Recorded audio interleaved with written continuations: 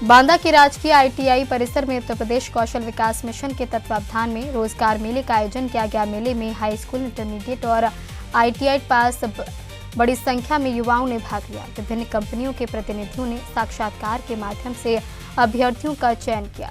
रोजगार मेले पर युवाओं के चेहरों पर खुशी साफ दिखाई दे रही थी। कार्यक्रम का शुभारंभ नगर पालिका अध्यक्ष मालती बासु और रजत सेठी ने किया। यशस्वी प्रधानमंत्री जी के जो सरकार के 12 सालों में से सफल आयोजन चल रहा है, उसके क्रम में माननीय उत्तर प्रदेश सरकार मुख्यमंत्री जी के द्वारा एक वृहद रोजगार मेले का आयोजन किया गया मंडल स्तर पर। इसमें हमीरपुर, बांदा, चित्रकूट और महोबा के बच्चों को और देश भर की कंपनियों को आमंत्रित किया गया था, जिसमें हमारे पास अभी तक 70 कंपनियां जो है हमारे यहाँ बैठी हुई हैं और वो साक्षात्कार कर रही हैं और रिक्रूटमेंट की प्रोसेस को पूरा कर रही हैं। करीब 2500 के आसपास बच्चा भी अभी तक आ चुका है और जिसमें 200 बच्चों का सिलेक्शन अभी तक हमारे पास आ गया है।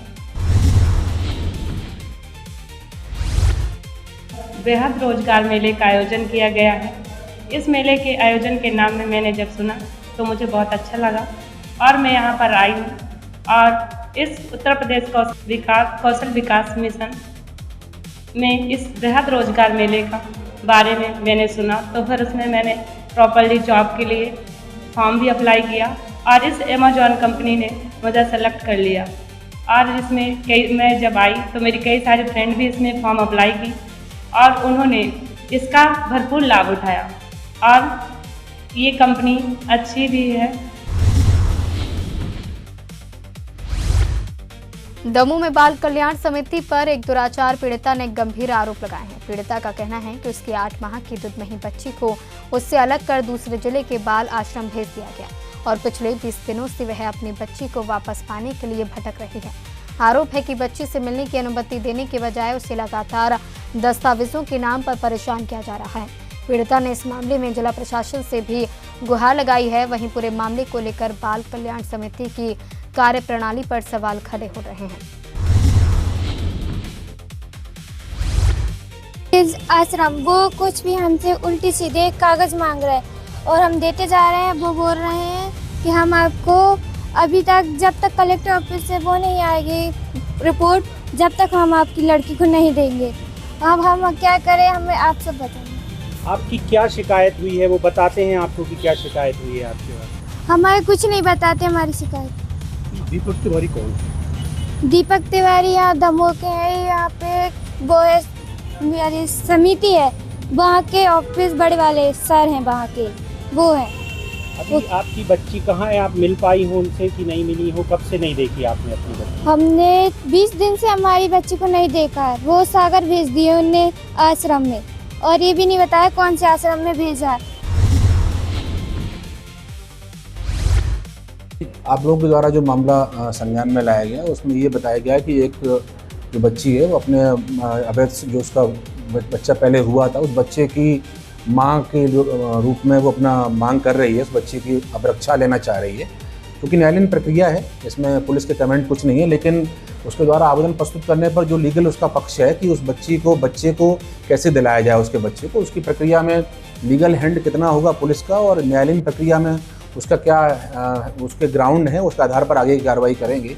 क्योंकि बाल कल्याण समिति के द्वारा एक आवेदन पुलिस को दिया गया था, उसमें उस बच्चे को अवैध रूप से कहीं रखा गया है, ऐसा एक उन्होंने आवेदन दिया था। उसकी जांच कराई जाने के लिए उन्होंने कहा था।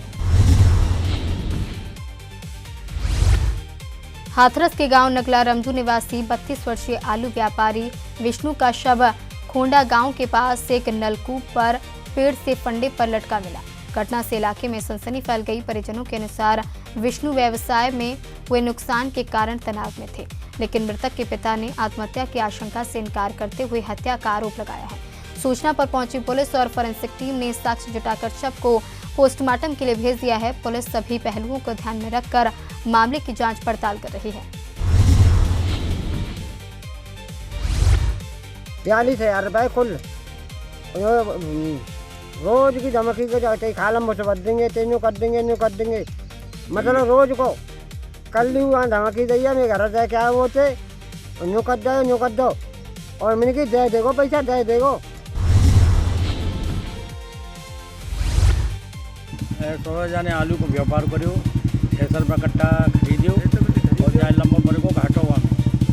तो घाटे के बावजूद जाने जब कल इस समय तनाव में जो पैसा जो आलू नवाई कुछ नहीं पैसा रह गए तो वो दबाव देते या बस इसीलिए जाने अपनी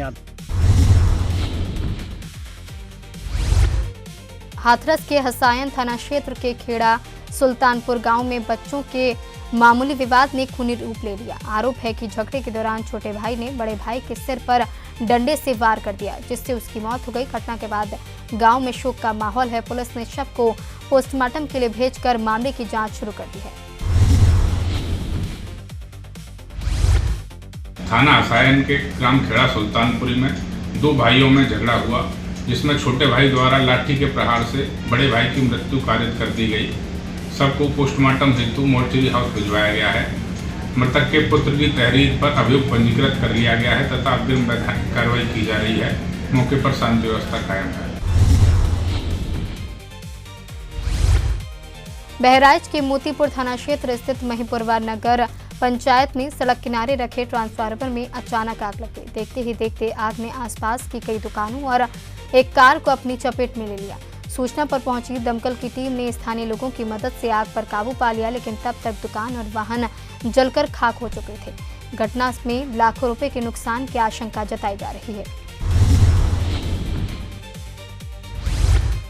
जो ट्रांसफार्मर बहुत सुरक्षित जगह पे है, इसको हटा के कहीं सुरक्षित जगह शिफ्ट किया जाए। अभी तक कोई अधिकारी कर्मचारी आया है? पुलिस विभाग के अलावा कोई कर्मचारी नहीं है। सूचना दी है आप लोगों ने किसी को? हाँ, सूचना दी है और एसडीओ को, एसडीओ ने फोन नहीं उठाया। बहराइच में कांग्रेस ने नीट परीक्षा में कथित पेपर लीक और धांधली के मुद्दे को लेकर केंद्र सरकार के खिलाफ मोर्चा खोला है। प्रेस वार्ता में कांग्रेस जिलाध्यक्ष जितेंद्र प्रताप सिंह ने कहा कि पेपर लीक की घटनाओं से लाखों छात्रों का भविष्य प्रभावित हो रहा है।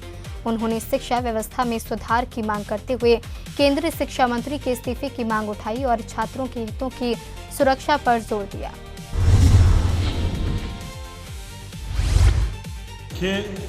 इस समय देश में लगातार पेपर लीक और करीब लाखों बच्चे, 23 लाख से ज़्यादा बच्चे हर वर्ष नीट की परीक्षा में बैठते हैं। अब आप बताइए कि जब उनके पेपर लीक हो जा रहे हैं, बच्चों के मन मस्तिष्क पर क्या दबाव पड़ता होगा। और इसी को लेकर हमारी कांग्रेस पार्टी राहुल जी के नेतृत्व में अभी कांग्रेस पार्टी ने और आदरणीय राहुल गांधी जी ने कोटा में बच्चों से जनसंवाद किया और उस जनसंवाद में 10,000 से ज़्यादा बच्चे